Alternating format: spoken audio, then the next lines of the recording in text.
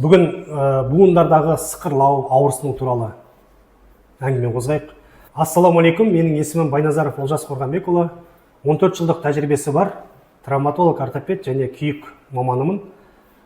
Біліктілігімді Израильде, Түркияда және Оңтүстік Кореяда арттырып, әрқашанда өзімнің саламда, мамандығымда біліктілігімді арттыруға тырысып отырамын. Парақшамда денсаулық жайлы пайдалы ақпараттар бар, пайдалы болуға тырысамыз, жазылып кетіңіздер. Жалпы буындар неге ауырады? Буынға ауруына себеп өте көп. Бұл ортопедия саласы да болуы мүмкін, бұл неврология саласы болуы мүмкін, бұл ревматология саласы болуы мүмкін, бұл инфекция саласы болуы мүмкін. Сондықтан да бір себебі мынау деп айту өте қиын.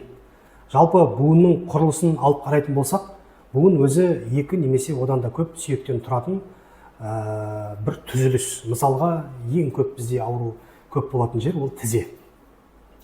Тізе былай келіп, балтыр және сан сүйектерінің қосындысы, түзілісі болып осылай тізе буынын құрайды. Буынның ішінде екі мениск болады.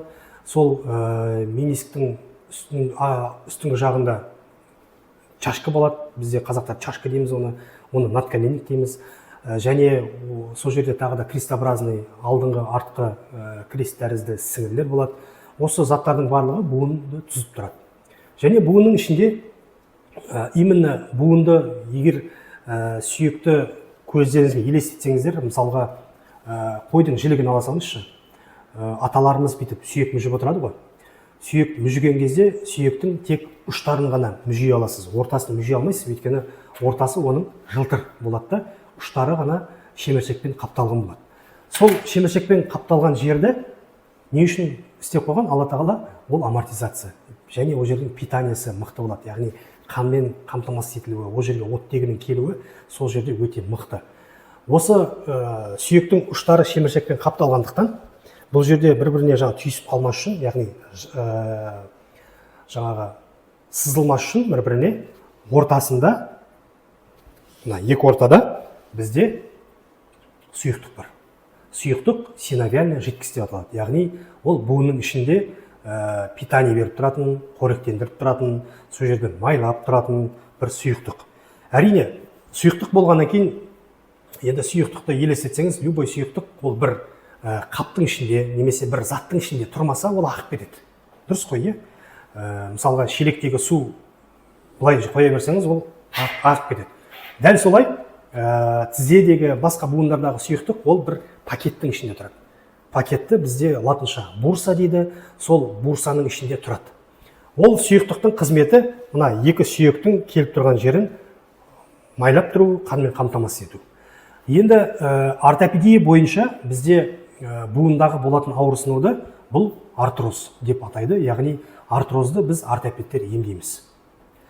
Көбінесе артроздар қазір бұрын бізде аталардың, әжелердің ауруы деп атайтын едік, бірақ қазір өкінішке орай бұл түсіп келе жатыр. Яғни 35-30-40 жастағы ер азаматтарда, әйел кісілерде бұл ауруды кездестіруге көптен көп болады.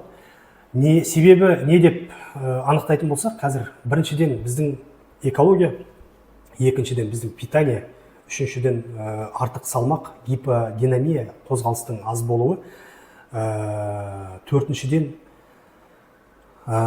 генетикалық немесе ата әке-шешемізден келіп жатқан проблемалар, яғни генетикалық аурулар, олардағы болып жатқан артрит, артроздар бізге ген арқылы беріліп жатыр.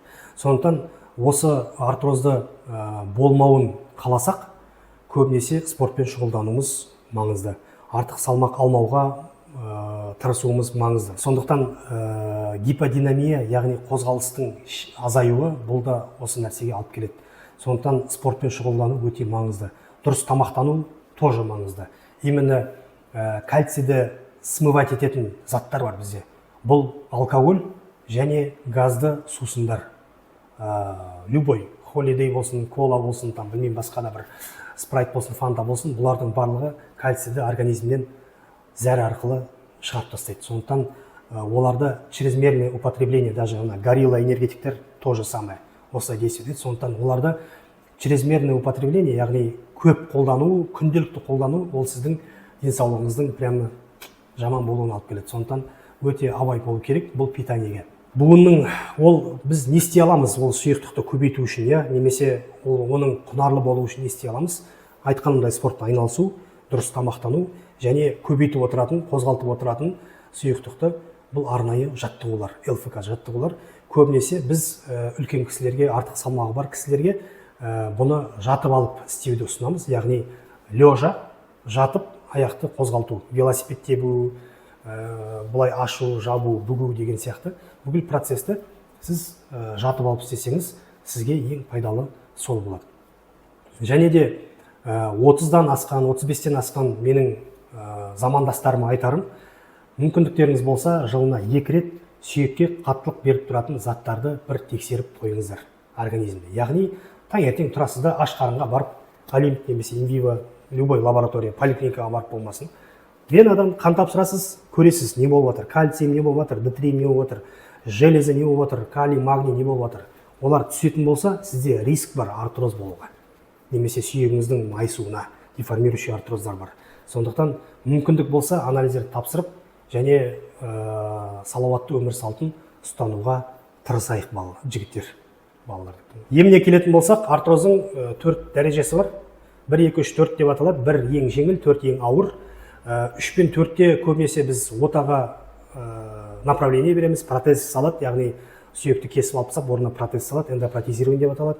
1 мен 2-де немесе 3-тің басында біз консервативті, яғни уколдармен, ішіне жидкіс құюмен, плазмалифтинг, PRP терапия және де дәрілік заттар вена арқылы беру, арнайы гимнастикалар, арнайы массаждар, физиолечениелер қабылдау арқылы ауырсынуды басып, мына процесті кішкене ұзарта аламыз. Яғни операцияға бармауға бір жағдай жасай аламыз.